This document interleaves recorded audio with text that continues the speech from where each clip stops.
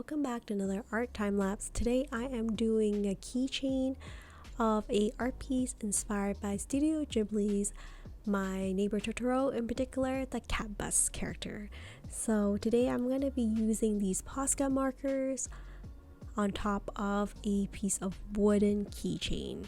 I think this is a really fun activity that you can do at home at your leisure, and it's pretty hassle-free. So I'm going to show you the process of how I do that, and hopefully it could be something you can do with your little one or just for yourself as more of art therapy and just enjoying the art process.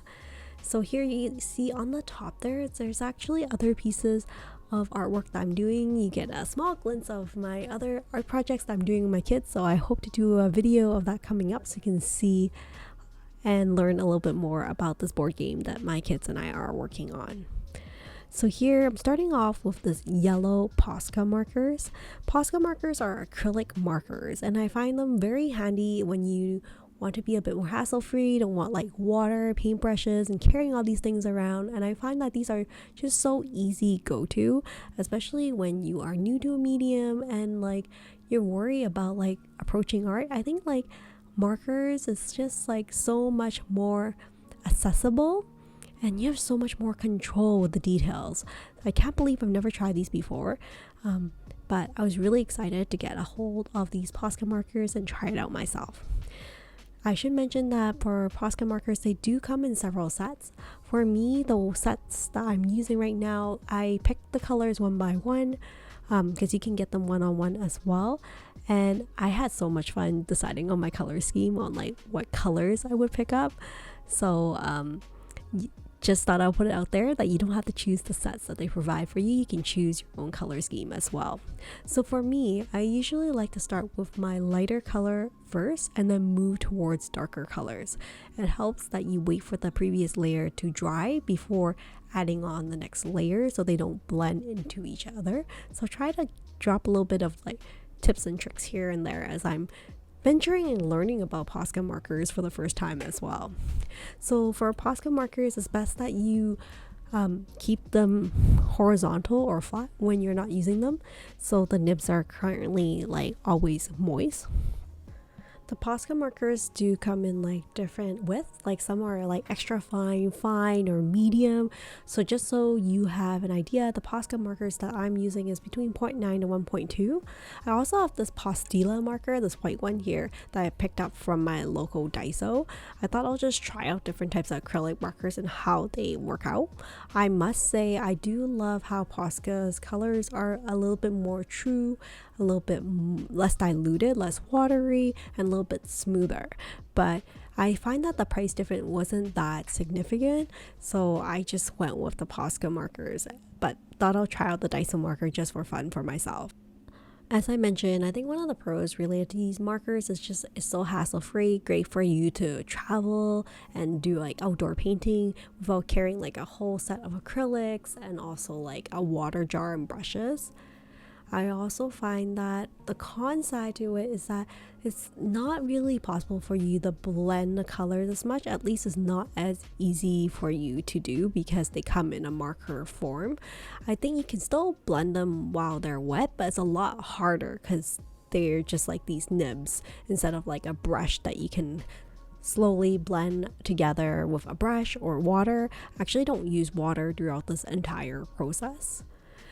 But I guess that's why for Posca markers or a lot of these acrylic markers, they usually come in so many different variety of colors of different shade, just so that you don't have to worry about the blending process. It also makes it so much harder when you're deciding on your color scheme and like which markers to buy, because there's just so much variety. I don't know if any of you also have the same dilemma when you're heading over to an art store and deciding on like which colors I need and trying to limit myself not to like purchase the entire set of color scheme that they have available on the market, whether it is like markers or like acrylics or pencil crayons. I think that must be like a very common artist dilemma. At least I hope so, that I'm not alone. So here on this CATBUS, you can see I already added in the yellow for the windows and the eyes, the white for the mouth, and now I'm moving in with these darker shades with this brown color that I have here. And then For this one, you can see I'm trying to do the little details for the legs for the cat bus, and these markers are so perfect for that because they're great for like adding in these tiny details, which like I think is a lot harder because you have to be very focused if you were to use a brush on it and like worry about little mistakes here and there. Just there is so much control that these Posca markers offer. So I must also add that this video is not sponsored. It's purely my experience as an artist, and I just want to share with you in case you're curious about this medium or like using acrylic markers and trying it out, in case this is helpful for you. Entirely not sponsored, but I think I did really enjoy this experience so far and trying out these new type of like art supplies. So throughout this entire video, you can see I go from start from finish of doing this cat bus keychain. The only parts I think I didn't get a chance to capture is probably the sealing of the artwork at the end. So I apply a seal on the top of my artwork at the very end. There's different types of seals you can use. There are acrylic seals that you can pick up like your local art store. It could be like Golden, Liquitex. There's just so many different brands available. They are clear when they dry. Initially they're probably a little bit like milky white, but there's different types of seals. Some are glossy, some are like satin, some are matte. So you want to figure out like what kind of finish you would like your piece to have, and hopefully that will like help you maintain that art piece and keep the integrity of it a bit longer. So now what you're seeing is I'm using this orange or light orange marker to kind of add in and color in the space in between. I think it makes the cat bus really pop in this drawing because of this light orange that I'm adding. I should also mention that besides acrylic seals, I think you can also use like Mod Podge seals that also comes in like glossy and matte. They can pick up at your local art store, or I think they might have it at dollar store nowadays as well. So that's another option to have to consider when you're adding a seal. And the seal doesn't necessarily need to be a super thick film. It can be a very thin film that you apply with a sponge or with like a paintbrush. Here I'm just dotting in some details for this cat bus. I think he looks so majorly cute.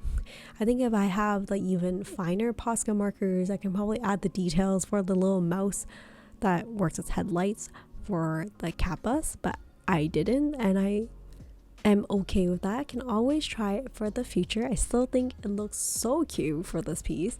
I am getting these keychains ready for my upcoming convention at Annie Revo in Vancouver, so hopefully they will be well received. If not, I think I would love them all the same. I love the process of doing it. It was so much fun, brings me so much joy, and I might use it for myself or gift it to a friend as well in the future.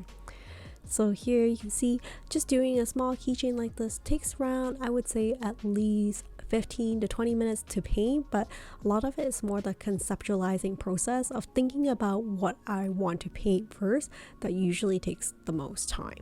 And of course, like adding the seal at the end usually is quite quick, but you do have to make sure that everything is completely dry before adding on the seal, just so like the paint doesn't just kind of dilute and spread and ruin your entire keychain. So here I think I'm almost finished. I'm probably going to go back and add a little bit of white highlights on it.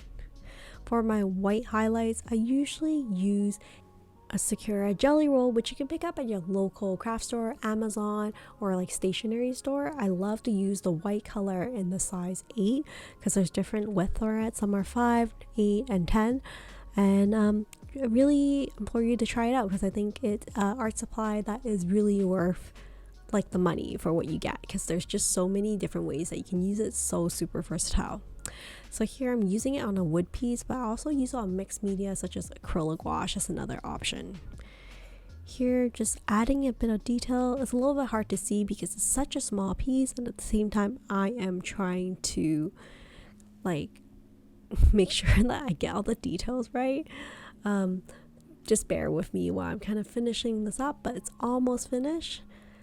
And just to give you a closer look, this is the cat bus that I did keychain for Annie Revo. I hope you enjoy this art time lapse of this cat bus keychain inspired by Studio Ghibli's fan art.